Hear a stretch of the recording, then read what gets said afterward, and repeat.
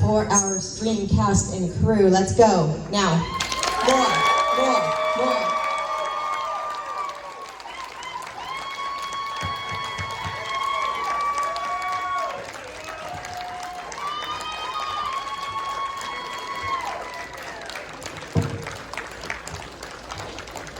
Everyone sit wherever you want.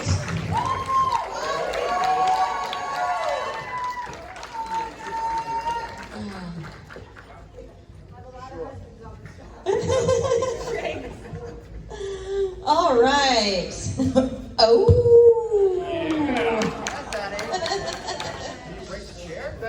Big boys on the end. Oh. All right, ladies and gentlemen, thank you so much for joining us. It was like herding cats to get you all here, but we're happy that you are all here. Okay, right. So first I want to talk to Michael and Jason and you troublemakers who created this thing. How did this happen? How did you conceive this idea? Begin from the beginning. It's funny. First of all, I think the stage is tilting a little bit this way from Mark. It's funny. It was back in 2015. Actually, it was before our involvement with Terrifier that we had this idea that we wanted to make something because Bitcoin was starting to happen, cryptocurrency, and technology. So it was around that time that we came up with the idea that we wanted to do a modernized slasher, and it was over the years that we, were developing it. And originally, the script really wasn't gory at all. It was very, it was more atmospheric. And it was obviously when we met Damien and Phil and worked on the Terrifier movies that we were like, oh wow, we could really push this thing in a way that could be fun, where the kills would be really creative and have purpose as to why they're so gruesome. So it was really around that time that we were working on a film called Penance Lane that the idea initially popped. Wow. And we always wanted to see, the number one thing is we thought it would be interesting. So let me just say, Michael does that at every panel, so it's an ongoing joke. But we always wanted to see, a film where the audience is involved in these kills and things like that and placing bets on them. Because everyone's involved in sports betting and things like that. It's so familiar to everybody. So to involve that in a killing aspect too, we thought it would be very unique in that way. So, and then we started creating the characters' looks and the players, and it really started to come to life and started to mold together, and that was really cool. How did you pick your filming locations on this? Michael stripped for about 7 places. So actually, it was funny doing the horror conventions. We ended up in this hotel in Gettysburg called the Eisenhower, and it had a really unique look. Like everybody knows the film, the pool, and some of the spots there. So it was around. We shot this movie that I don't know if anybody knows this during COVID. So we were one of the first movies to go back into production when COVID, hit. And so there was a lot of really strange things we had to navigate. We were one of the only films shooting at that time. And the Eisenhower was very gracious enough to let us shoot there after we spoke with them, because there was no business, there was nothing going on. So it was really the cast and crew staying in the hotel, waking up, shooting in the hallway, leaving the lights hanging up, going to bed, and then, I don't know if it's, I hear that. And then, going back to work. So it was really just the spookiness of that hotel that we had been at the convention. So this would be cool to shoot this here because it had a great feel and vibe. Now I want to talk to the rest of our panelists, especially our cast members. I want to hear about your audition story. I want to hear how you got involved in this or how you guys picked them. yeah, so my manager sent me the audition. I didn't know any of these guys beforehand, so they just said they were looking for like a big brute guy that can come kill people. So got the audition, and then I heard back. It took a while to hear back from you guys, I think. Yeah, because we didn't like you at first. Yeah. I'm sure their first choice wasn't available, so they finally ended up picking me, and I'm really grateful that they did, because I had a blast on everything. So. You guys have heard about Harvey Weinstein. So I've never auditioned for a horror movie in the restroom of a public bathroom before. Luckily, you should know that he mentioned Penance Lane. Michael played my son, even though he's a little older than I am. He played my son in Penance Lane. This great team, before I met Phil, shot some of Getting Grace for us. So we've known each other, and when the simple fact is, all kidding aside, when people you love call and say, will you be part of this, you say yes. So I don't remember auditioning. No, you were the first person actually we attached. Oh. When the movie was still being written, we talked about it because it was during Penance Lane, and you said, yeah, absolutely, put my name on it. Yeah, right. And then, that's the first. And then when they did the poster, they forgot to put my name on it. Anyway, Phil. Yes, I was roped into it. I actually auditioned for the Big Brute as well. And I came up a little short. But that's my little pun. Well, I don't know how many people know, but I met Mike, Jason, and Steve through a mutual friend, Jason Milstein, on my first feature, Joe's War. And they came by, and you know, first of all, I was never approached as Mr. Falcone before. Now they call me, hey, fuckhead. But back then it was Mr. Falcone, and they wouldn't let me touch anything, because I'm the type that I'm very hands-on, and they just, if I was digging a hole, they grab the shovel, go direct. Mr. Falcone, I got it. I miss those days, by the way. Yeah. So let's try and bring that back. It's Mr. Falcone. Now he said, hey, asshole, give us a drink. Hey guys. You're the boss. So Before we do this, I just want to say, I told you this on Thursday. I never met you before, but this guy made me feel things in the movie. I actually teared up a little bit, and I was like, oh, no. I was the only one in the theater for a little while because people got icked out and left. I'm like, did you not know what you were seeing? but I was like, oh my God, this is so sad. So, and it's all because of your performance. So amazing job from this one, right? Like phenomenal. Sorry, I just have to say that. I gotta follow that. all right, so like anybody else, I auditioned for it, and I remember going through the process and then not hearing anything for quite a while. That seems to be the trend here. And I just kind of dismissed it, and then I'm going to say it had to be months. It might have been 3 or 4 months, I guess, went by, and they called me up or sent me an email. I think it was from Jay, actually.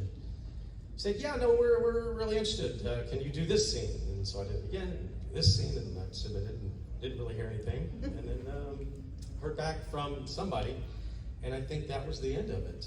And very grateful to have been a part of this family, because they are truly everything you want them to be and more. They are amazing individuals. So, and thank you guys for being here this afternoon, too. I appreciate that.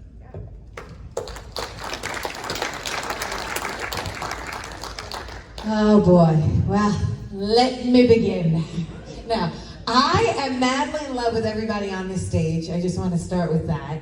I feel incredibly honored and lucky and blessed to have met the Leavys many years ago in Arkansas at a film festival. And they regret that day ever since. And you know, when you find people, like they've all said, who you really trust and love and you're on set with so you feel safe, you just want to stick with them. And I've attached myself ever since. And then we did Terrifier 2, you know, that little movie. And I guess they felt my lungs were big enough to handle yelling at Mr. Roebuck. And there I was, they're not your friends! And it's all been history since, and I'm so grateful. Thank you to each and every one of you for being here, for supporting this movie. We appreciate it. They're amazing, and thank you so much for having me.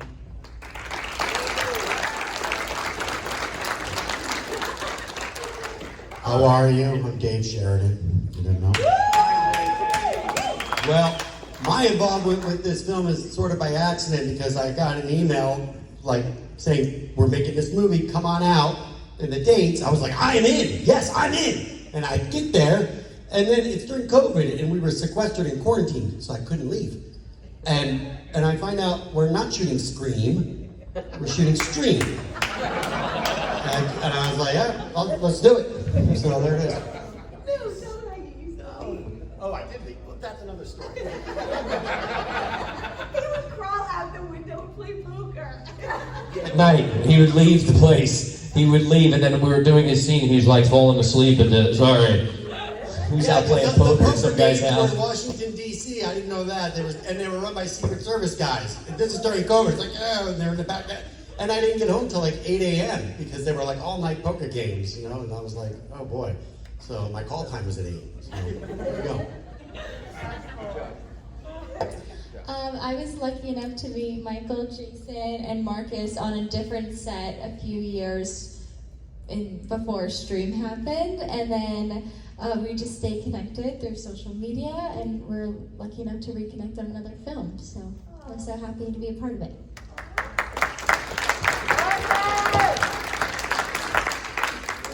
So I replied to an ad in Casual Encounters on Craigslist.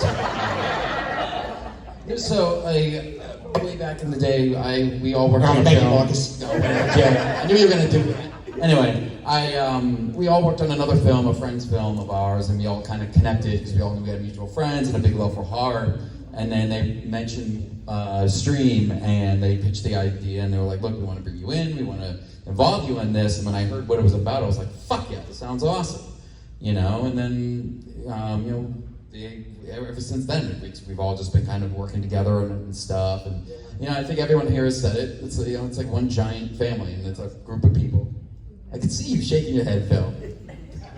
It's like one big happy family, so. No. She's shy. Okay. Well, that's Michelle Santiago on the end. Everyone, please recognize her presence. She's an amazing actor, and she's just a little shy. But we love her, right? Oh, there we go. Okay. Can I give, did you guys see this great video? That's the convention video that's out and about. Have you seen this yet? Dave Sheridan. Dave, is it on the? Give him the mic. They can hear me. I grew up in the theater. It's at the front desk ticket booth. It's playing on a monitor. Oh, so you go and look at this video, and I think it's online. Dave Sheridan spent a week of his life making a very entertaining video. Danny Roebuck morphs into Phil Falcone.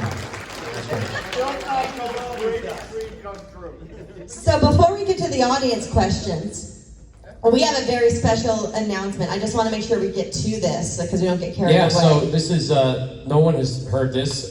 This is the first time we're saying it, but it is official that Stream 2 has been greenlit. Stream 2 is happening. And we're actually releasing our very first teaser posters for the first ones to see this. We'll have a few of these, very limited at the table that we can sign and stuff in case you guys are interested. So we have about 50 of them. Felissa, is my name on that? It's so funny because your name's on it, my name's on it, and Dave's See, name's on now it. I can see Stream, and the email was a misprint. It was a typo. I swear, I thought it was Stream. So yeah, so Stream 2 is happening, and I can also officially say that David Howard Thornton is attached to doing the film. Exciting. All right. We have an audience full of people. Let's do some audience questions. Raise those hands. Ashland. So, for the filmmakers, what was one of the biggest challenges while creating, like during production, not post or pre-production, but production? COVID was really difficult to navigate because, when you're on a film set, making a movie in general is hard enough, and then you add all of these extra precautions and things, and usually when you make a movie, you gotta get, you get close with people, and so there's a lot of those things that we really weren't able to do. Like you have lunch together, and now everyone's having packed lunches in a room. You have craft services, and you have things that are all spread out, and now you're not doing that. So that's why Dave was sneaking McDonald's into his room and going out for poker nights. And Felissa Rose was sending it, and we thought that it was for everybody, it was only for Dave. So there's a lot of those things you have to navigate. And then also dealing with different personalities during that time of people who maybe take it super serious versus people who don't take it as serious. That was interesting, and how that works. So that made it difficult for sure. Well, it's weird with this group when someone takes it super. All kidding aside, it's just this group. I just didn't mean to interject, but if you're trying to be like, well, tell me about the motivation for why, Michael Levy's like, dude, they're gonna fucking kill you. Shut the fuck up. You wanna get killed? Don't wanna get killed. That's your motivation. Don't wanna get killed? That's your motivation. Don't get killed. Stop talking. I would say for us, it's like the whole indie aspect. You know, during COVID, we had such a small crew working on this thing, especially like with Terrifier 2. We had like a total of like 9 or 10 people doing it. But if you surround yourself with people that you trust, the people that you love, and you grow this family, as Marcus would say, he's not really in the family.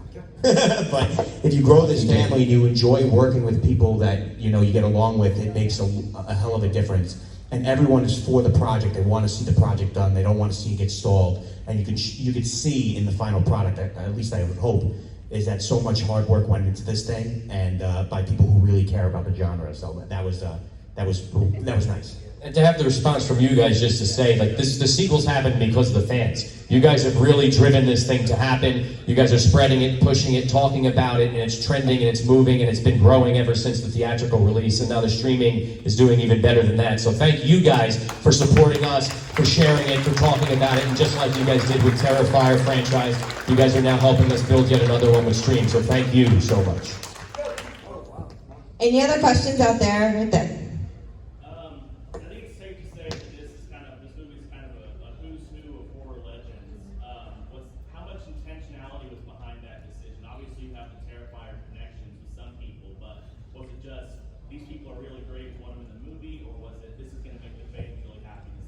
So at first it wasn't supposed to be a who's who kind of thing. You know, like I said, Danny obviously is a who's who. He's in everything, and he was attached first. But it kind of grew into that as the process went along. Because it was like, oh, this person would be perfect for this role. Oh, this person would be great for this role, and it kind of ended up becoming a who's who.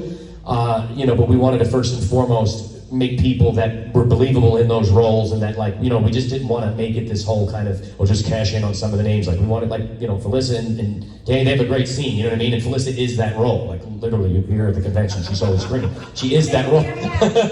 So, you know what I mean? It was first about that, and then it kind of morphed into it. But being fans of the genre ourselves, you know, we couldn't help but also look towards those people and say, oh, we'd love to have this person, we think they'd be perfect for that. So it became that because we are fans, and then it became fan service. You know what I mean? As a horror fan myself, how cool is that to see all of these people that you grew up loving in one movie? So that it kind of became that. Yeah. What makes it special too is that they were so game for everything. You know, they wanted to see the best possible outcome for this film. And when you have actors that are like that, it makes our job a lot easier, because you know it's an indie film, so you're pulling a lot of time, you're doing a lot of hours, especially with Damien and Phil doing all the special effects, you know, themselves. It's tough, and you want to have actors that are on board, and they were such a pleasure to work with. Danny, Felissa, you know, Jeffrey, everybody. And Jeffrey, really, it was cool. Jeffrey, when he read the script, he totally got it. He was like, oh, he's like, this movie is, even though it's a slasher, he was like, there's a lot of heart to the story, right? There's this family that's going through some stuff. And he liked that it wasn't just, even though we had the killing, it wasn't just mundane killing, there was purpose to it. There was a game that was being played. Oh, the killer's not killing them right away because they're getting more style points, and there's a reason they're letting them get away in the chase. So like, he really got into a lot of that, and he signed on specifically because he's like, I see what you're doing. You're trying to make it a more in-depth kind of slasher. And that's why it's over 2 hours. I saw one in the back somewhere, yeah.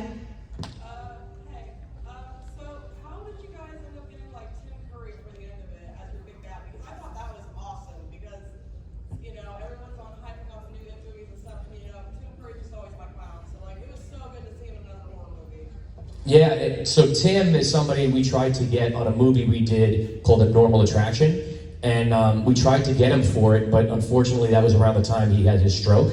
So I just kind of kept in touch with his manager and would check in with him, and then we produced the Pennywise documentary, and we got a little closer through that. And then, you know, when the opportunity came, I said, you know, he's somebody I've idolized growing up as well, and I said this would be really cool to have him involved in this if he would. And he read it, and he was like, yeah, let's do it. And it was pretty much that simple. But it was from that original connection that we had years prior, you know, just keeping in touch, and that's how we became involved. And so you had Tim Curry from It, obviously, but you also had the other Tim from It, right? Which was, I mean, you had me at Tim Reed, I tell you what. Fan since his comedy when I was a little one, right? So I was like, oh my God. And he doesn't do horror movies, I know, like, he won't do them. so So like, to get him to come out and do that, was pretty believe it. cool. Yeah, Couldn't it was the believe only one, and then he did this, and then it's cool too. Like, it's kind of a little serendipitous. Like, we had David Howard Thornton, right, who's the new clown, and then we had Tim Curry, who was the old clown. You know, and it was cool little connections. there's a lot of Rob Zombie people involved, obviously, with Dave and Dan, and so it was really cool for fans that like really understand horror to see. You know, we had Mark Holton, who was in Leprechaun. I loved Leprechaun growing up. He's Francis from Pee-wee's Big Adventure, and we kind of brought him out of retirement, so to speak, and he plays Ozzy, which is an homage to his character in Leprechaun.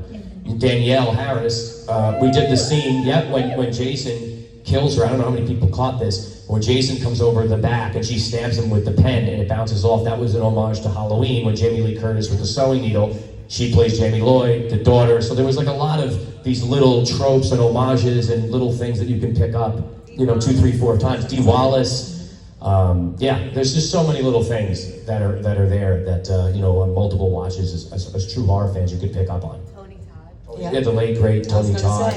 Yep. Tony was so excited to be a part of the sequel. And it's a shame, we would text all the time, and he was hoping there was going to be a sequel. So we'll make sure that we pay a really nice tribute to him, in the film. So. Good. Do we have any from this section? Yes. Do you guys have any secret celebrities you're going to bring this stream to, or? You can't tell us that. Right?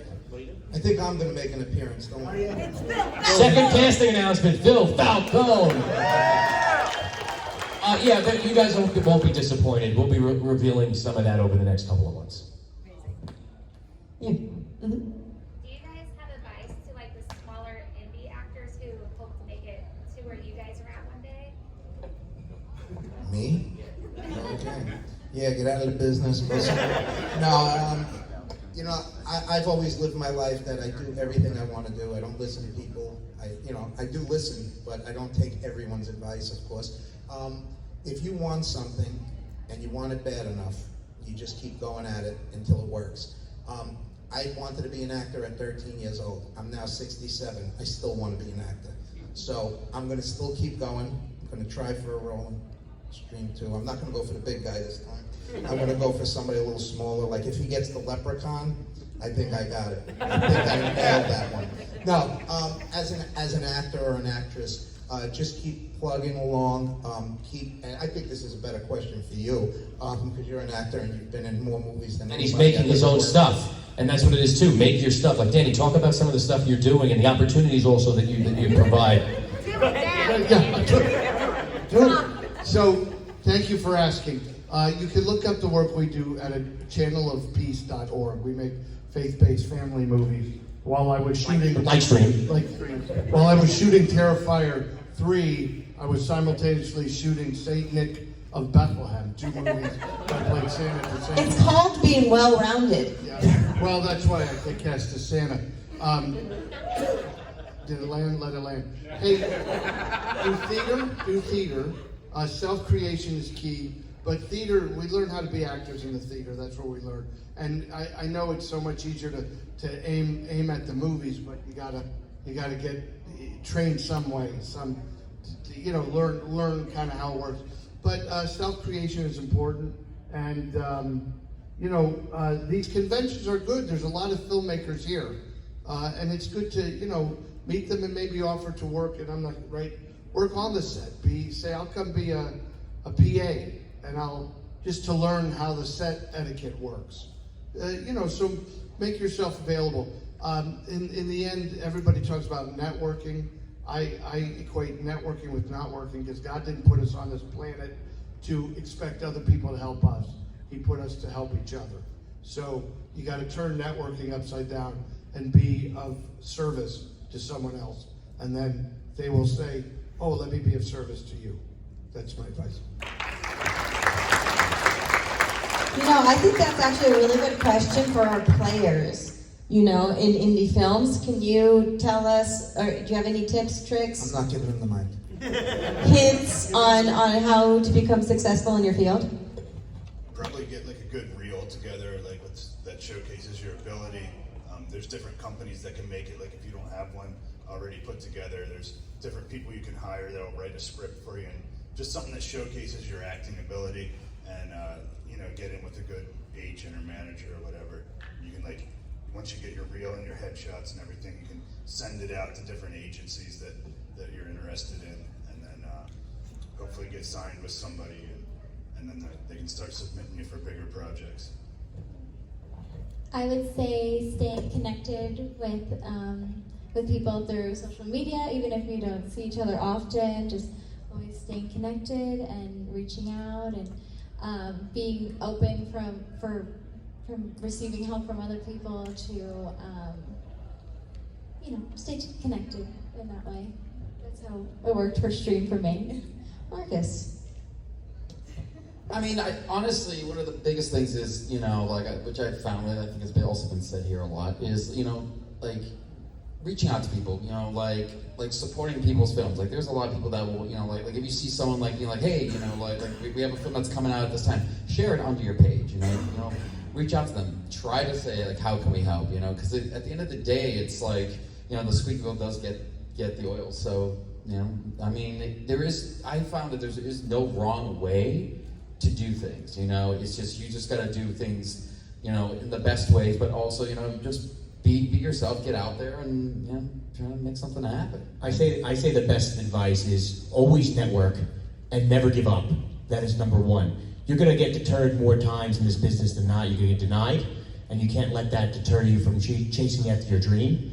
And that's the most important thing. Only the strong survive. And if you're really, really dedicated to this craft, I would just say, just keep going at it. Even if you do short films, music videos and things like that, you take experiences from them and make yourself grow. So that's the most important thing for me. Just be genuine, like Danny said, help people. Don't don't do it just because it's gonna maybe work out for you. Do it because you genuinely want to help, and good things happen to good people. And yes. And Charlie, Felissa, and Dave, you've been in this business both in mainstream studio movies and indie films for forever, right? Do you have any insight from all your years and years of experience? About what? Starting out? Yeah, getting in. Okay, you got YouTube, so you have more access to shoot whatever you want and post it. So I started before YouTube. We would just make our movies and then put them on VHS tape, and then it would dub and dub and dub, and they would go around the country. And that's how I got on MTV. They saw my tapes. That's how I got a Scary Movie. Miramax saw like a third generation VHS tape and called me. So you just gotta go make stuff and go do it. I don't know if Craigslist is still around, but wherever you're local, look for somebody making a movie. And like Danny said, be of service. I worked for like 10 years for free. I think most of us did stuff for free at the very beginning, whether it's internships or just helping out. But I've done every role. I've PA'd, cameraed, run lighting, everything. So, yeah.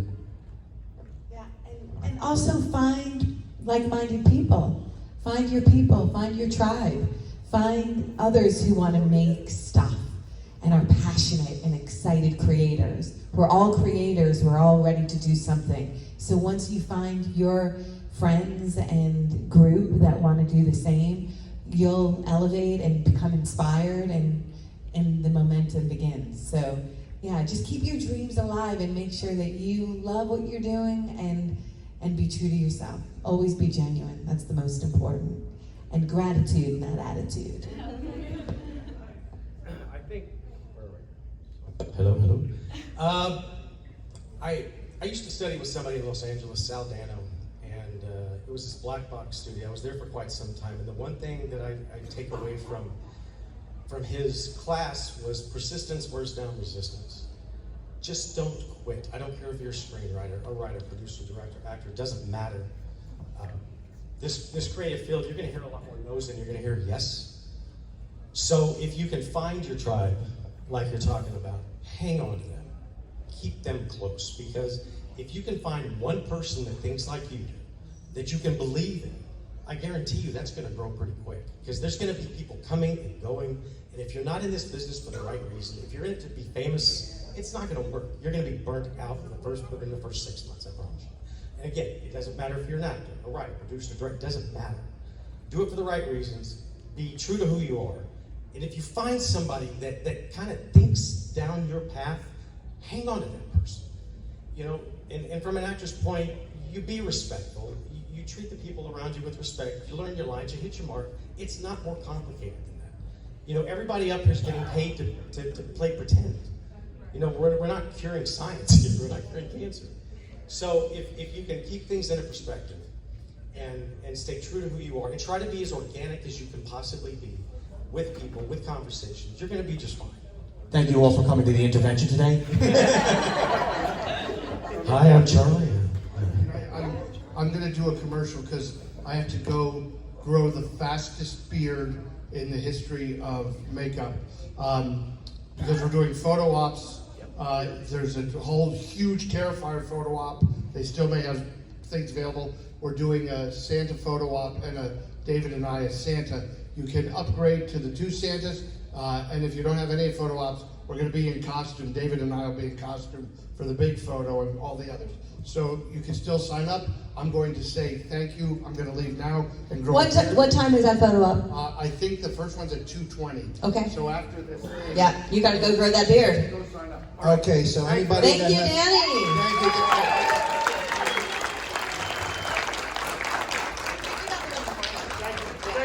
Anybody that has questions for Dan from this moment on, I'll be answering them.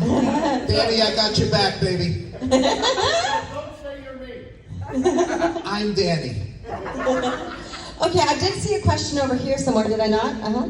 I was going to ask Daniel a question. Okay, I got it. What do you want? It's more of a silly question, honestly, but it regards the scene with him and Art in Terrifier 3. What shot was he and Art the Clown taking? Oh, it was scotch. Anything else? I did a lot in that scene. I just want you to know it just wasn't a drink. I did, I still got the marks. Anyone else in this section? No? All right, you. Yes, this is actually for the 3 that are on stage. Even though you guys had to stick to script, do you guys have any creative kills that you had in mind for the movie? Creative kills you had in mind for the movie. I think that I was kind of adding to the fact that in my role, I'm a dancer, so I can kick really high and I can add some dramatics to my role. So I think that we were able to work together to make the role more me a little bit. So I was happy I could add that.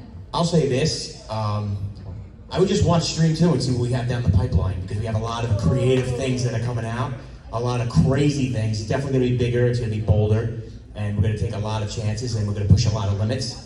And I would just say be prepared for that, because it's The word for Stream 2 right now is going to be high octane. Non-stop. Bullet. 15 minutes now. I think it was cool when you work with somebody else who is so talented, like Dave. He would let me throw him around a little bit. I don't think he let you. Yeah, I think he was being ironic there. We could be creative, and I knew like he wouldn't get mad at me if I was like, improvising a little bit with it. I couldn't. I had a concussion from the first take. When you work with big guys like this, even in rehearsal, he's already doing it at full force. It's like, when they gave him the clippers to clip my nose, and obviously it was a fake nose, but he put them really in, and I went, whoa, whoa, whoa, whoa, whoa, whoa, and I went to Michael, I go, if he cuts my nose, I'll see you in court. Because this guy was doing everything for real, man. He was throwing me the bone. The worst part was, and I don't even think it made the movie because I couldn't do it. So you know that whole dead face thing you do at the end, right? He got my beer, and he did like he poured it over my face. And it was real beer. It was actually Q's beer. It was Q from the Practical Joker's beer. And they thought the beer would hurt my eyes, so they switched it out with apple juice, which is like even more acidic. And so I'm doing this, trying not to make my lungs move, and he goes to pour it. I'm expecting beer, which wouldn't hurt that much, and it's like acid. And I was like, oh, fuck! They're like, no, you move! I go, what's in there? Oh, we swapped it out with apple juice. I'm like, what the? You could do water. Like, It doesn't have the same consistency. That was Marcus. Consistency. Marcus going, okay. Sheridan didn't want to share that McDonald's. We'll fix his ass. Maybe you should have slept last night. It was great being with like true professionals like that, because some sets you work on and you're with like some delicate diva, and they won't let you do that kind of stuff. So it was great. Like you and I wanted to make it as good as possible. We wanted to make everything look as legit as possible. So it it was really nice. I Can I liked say that. one more thing about that kill? Because it's called what Continental? Is that the name of the hotel still? No, the Eisenhower. Eisenhower. So the arcade is really there. And that was the arcade. We didn't really art direct it at all. That was their arcade. And it wasn't until we started shooting and there's blood. And I was like, hey, we're not going to put anything down? It was like this carpet. And they were like, Oh, it's still there. yeah, no, I know. You jumped at a bunch side. They said, we'll clean it up. I knew right away this blood is not coming out, and it's still there. That's the, because here's the funny part. That's how high end this hotel is in the first place. So one of the fans went down there. Huge supporter of this guy, Stinky Pete, if you guys know him. And he went and he laid next to the blood thing, and he's on the floor taking pictures with it. And then I told him, that's not where we did it. I don't know what blood stain that is. He said, we were over there. He's laying and he's got his tongue out. I was on a text thread with Danielle Harris at D, and all I kept getting was, bring flip-flops. Bring flip-flops. You're walking around this nasty-ass hotel. They were like, please bring bug spray, flip-flops, food. It's so funny. You wanted to add something, right? Well, all the kills were based off of the script, but then working with like David Howard Thornton, any of my scenes, I was able to be like quickly inspired by him because he would just snap right into character immediately, and then I was able to just play off his energy. So it was nice to cooperate and combine our energy for that. So we're running out of time. We have time for one more audience question before I wrap us up. Do we have anything in here? No? Do we have anything in here? Yes. For anyone who wants to answer, is there a filmmaker, creative, or actor that's a true inspiration to you in what you're doing? Jeffrey Combs.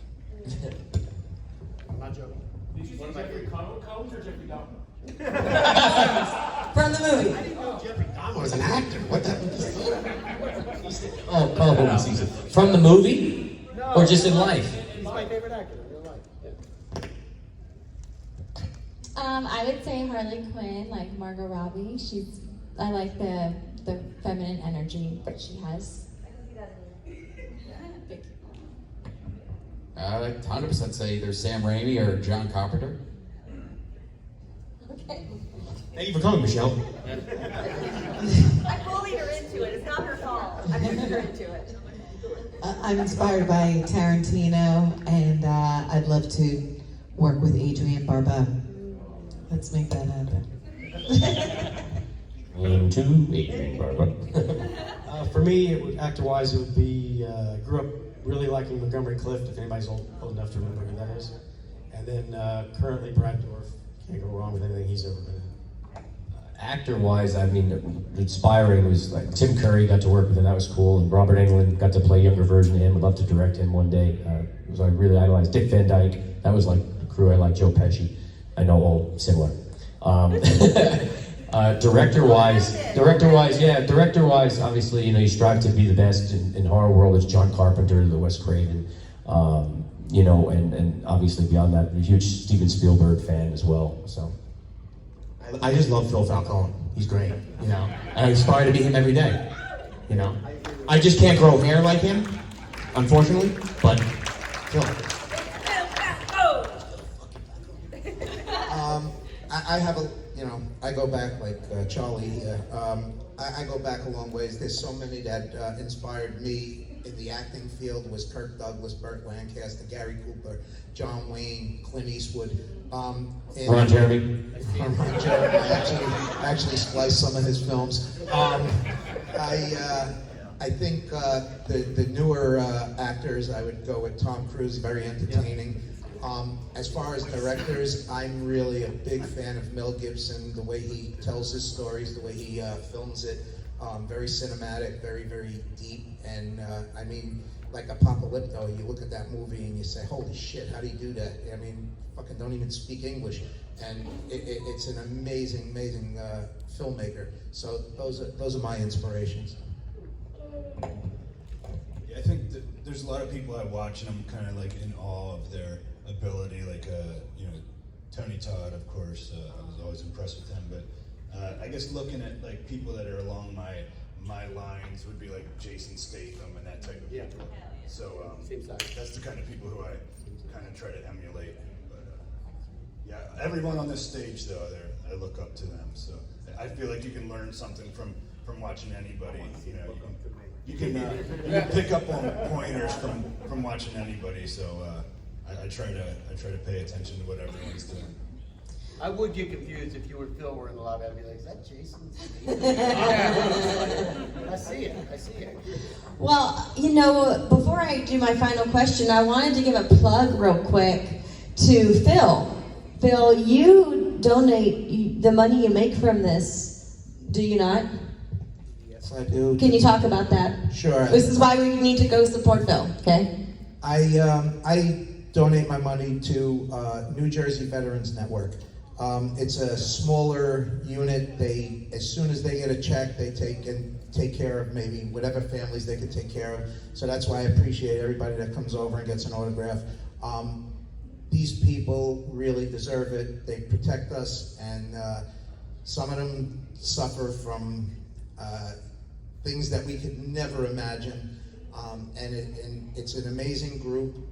Anybody that wants to reach out to them, Doc Shupp, he's an amazing person, takes care of many veterans, and he does not get paid for it. They don't get paid at that organization. They just take care of veterans, and that's why I love them. You have organizations like Wounded Warrior. I don't know much about it, but anytime you see somebody making $500,000 a year doing a charitable organization, I don't believe in it. So New Jersey Veterans Network is the one I cater to. I do a couple of other organizations that I'm familiar with.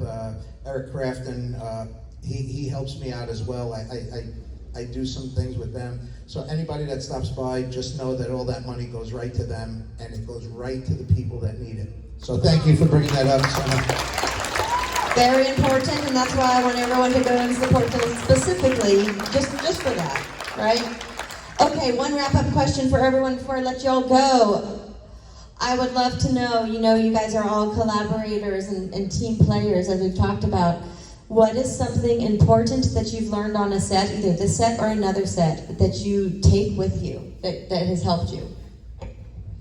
I think for a lot of people, when you're on a film set, you learn a good amount of patience, and you have patience for each scene and each angle that each, little clip from each camera lens gets, and you learn a lot of patience. So I like that though.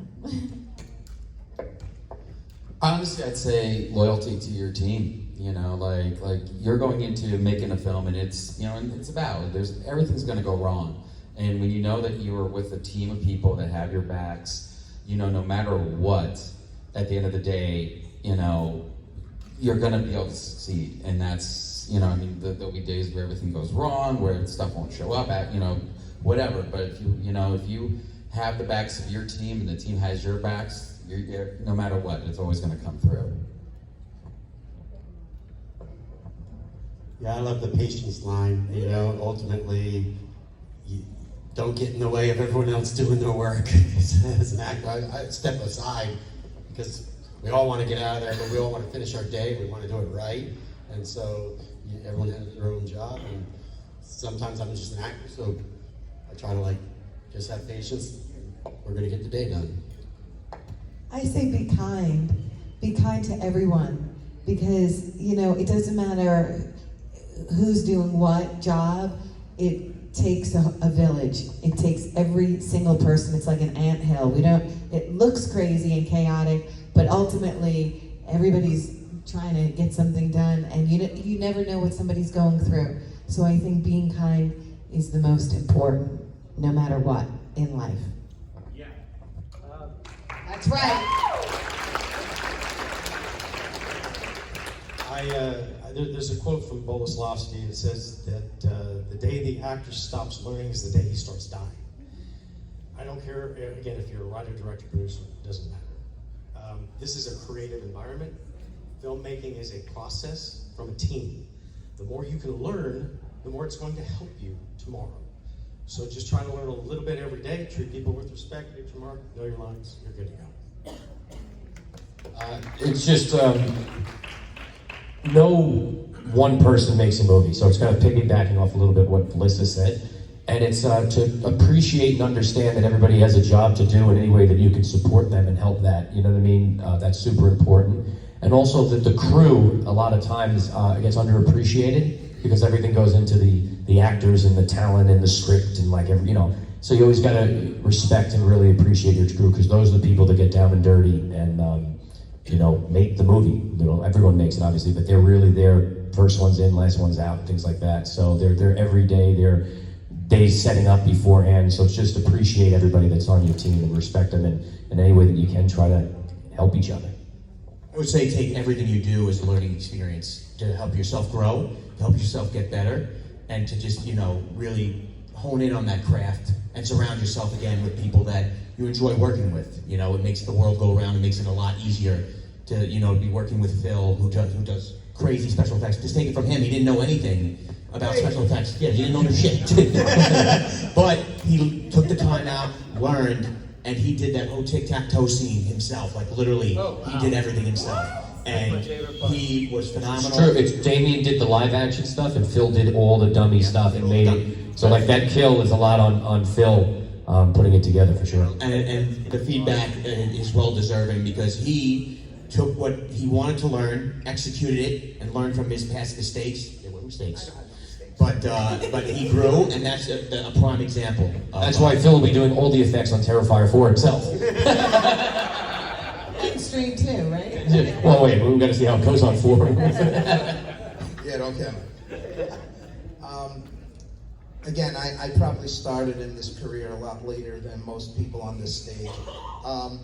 When I decided to do it, I took from a thing I had, a clip I had seen about Henry Ford, and I know probably the least about making films as anybody on this stage, but what I took from him was he was in court, and they were asking him questions, and he had no answers.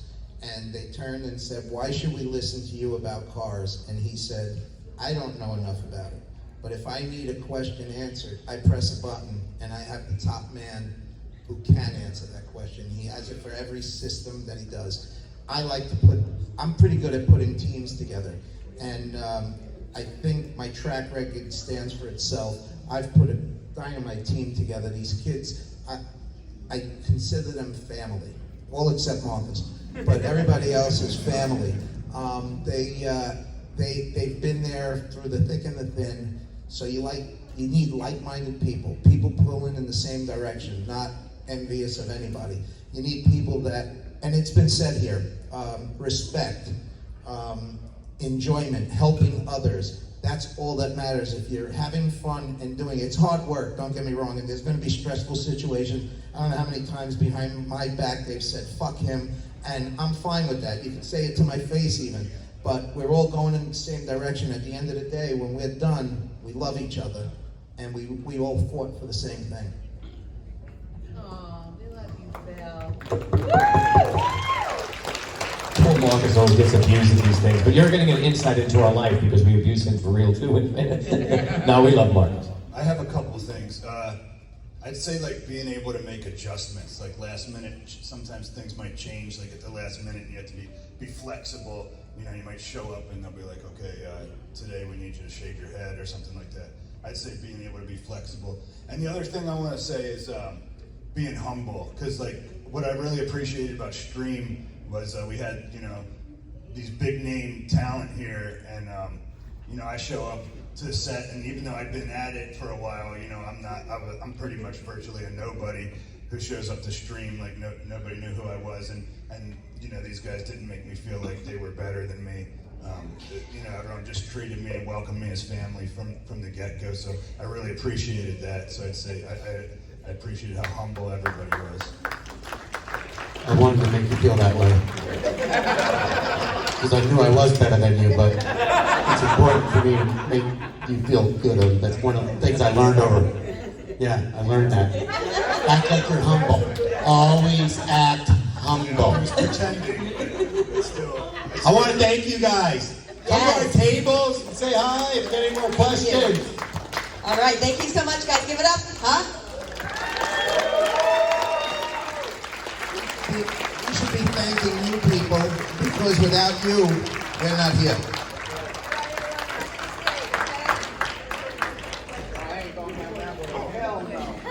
unless Mark picks me up and puts me down there. Hold on. Get your photos ready. I'm going down!